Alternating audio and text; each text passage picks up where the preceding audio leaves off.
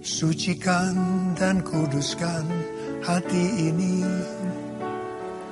untuk layak menghadap hadirat-Mu. Tubuh jiwa rohku kuserahkan padamu, ku menyembah-Mu. Tinggikan nama-Mu ya Tuhan, mulialah nama-Mu ya Tuhan.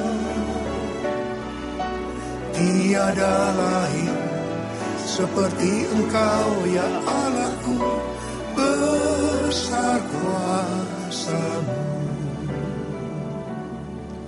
Shalom saudara dikasih Tuhan. Kita memasuki bulan September. Ada 3 hal yang akan kita renungkan bersama-sama memasuki bulan September ini. Yang pertama, tanggal 4 September tahun 2015, gereja kita, keluarga besar kita berumur 27 tahun.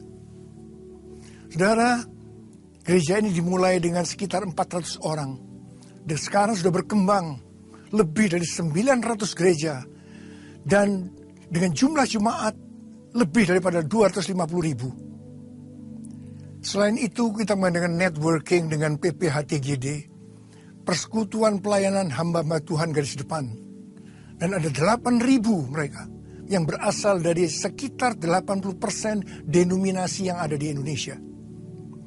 DNA daripada gereja kita itu adalah restorasi Pondok Daud. 25 tahun yang pertama Tuhan memberikan definisi tentang restorasi Pondok Daud. Itu adalah doa, pujian, penyembahan, bersama-sama dalam unity siang dan malam.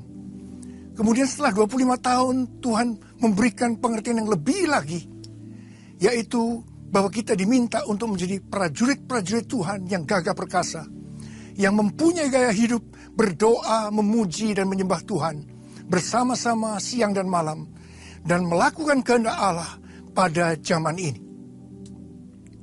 Saudara, Tuhan menekankan kepada saya tentang 3 hal dalam pelayanan ini.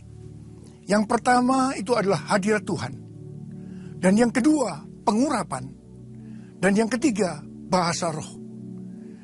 Saudara, itu yang menjadi dasar daripada pelayanan yang saya lakukan sampai hari ini. Saya ingat pada waktu awal pelayanan saya, ada seorang hamba Tuhan dari Belanda. Beliau sudah dipanggil Tuhan saat ini. Saya ingat dia menubuatkan saya. Dia pada waktu tumpang tangan, dia berkata, "Aku menetapkan engkau untuk menjadikan engkau sebagai alatku untuk membawa umatku masuk dalam hadiratku." Saudara, tugas saya itu membawa jemaat masuk dalam hadirat Tuhan. Ada 5 hal yang membuat hadirat Tuhan itu turun. Yang pertama, itu adalah iman. Yang kedua, kekudusan. Yang ketiga, doa, pujian, penyembahan. Dan yang keempat, unity. Dan yang kelima, itu adalah kerendahan hati.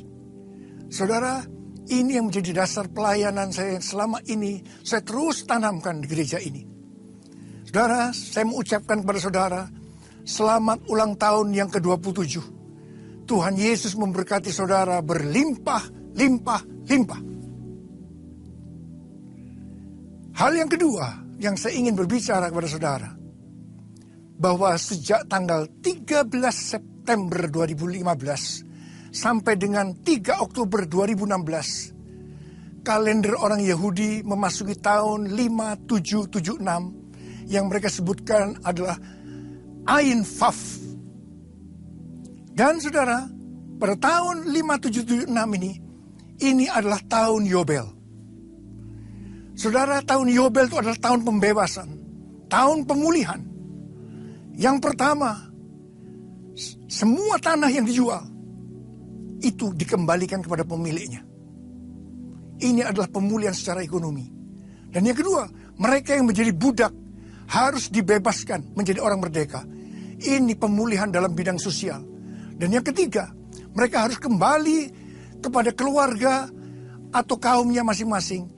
Ini adalah pemulihan dalam bidang keluarga. Saudara, mereka yang mengalami masalah dalam bidang ekonomi, sosial, dan keluarga, itu semua sifatnya hanya sementara. Sebab pada waktu tahun Yobel, mereka dibebaskan, mereka dipulihkan. Saudara, demikian juga dengan saudara.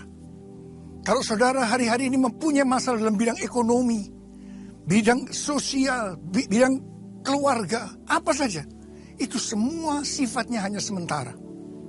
Pada saat saudara bertobat dan percaya Tuhan Yesus bahwa Dia sanggup dan mau menolong saudara, pada saat itu tahun Yobel terjadi dalam hidup saudara. Saudara akan dibebaskan dan saudara akan dipulihkan. Dan yang ketiga, yang ingin saya katakan kepada saudara tentang tahun 5776 atau tahun Ain Faf. Ini adalah tahun di mana kita diingatkan bahwa kedatangan Mesias, kedatangan Tuhan Yesus Kristus untuk kali yang kedua sudah sangat-sangat dekat. Saudara, diingatkan goncangan-goncangan akan bertambah keras. Dan hal yang kedua, kita diminta untuk menyiapkan bagi Tuhan suatu umat yang layak baginya.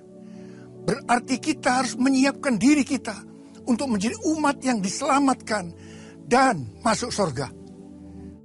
Hari-hari ini menjelang kedatangan Tuhan Yesus untuk kali yang kedua, banyak pengajaran-pengajaran sesat yang muncul. Dan salah satunya itu adalah yang disebut dengan hypergrace. Kasih karunia overdosis. Saudara, kasih karunia itu indah. Kasih karunia itu memberikan kepada kita pengampunan, kemurahan, kesembuhan, kemauan, dan keinginan kita untuk berbuat sesuai dengan firman Tuhan. Itu yang sebetulnya disebut dengan kasih karunia.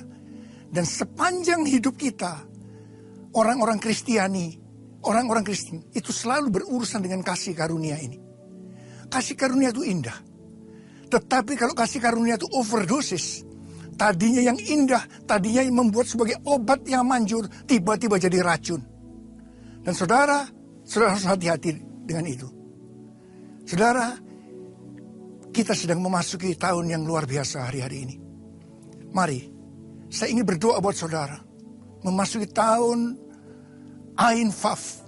Biar saudara makin mengerti akan kehendak Tuhan. Dan makin peka terhadap kehendaknya. Mari, angkat tangan saudara. Ora laba sikira laba laba laba. Ora laba laba laba laba laba. Bapa, berkati anak-anak-Mu Tuhan. Curahkan pengurapan kepada mereka. Pengurapan untuk mengajar mereka. Bapak, terima kasih. Engkau sendiri memberikan mujizat kesembuhan. Sebab tahun 2015 adalah tahun pelipat gandaan mujizat. Terima. Dalam nama Yesus. Amin.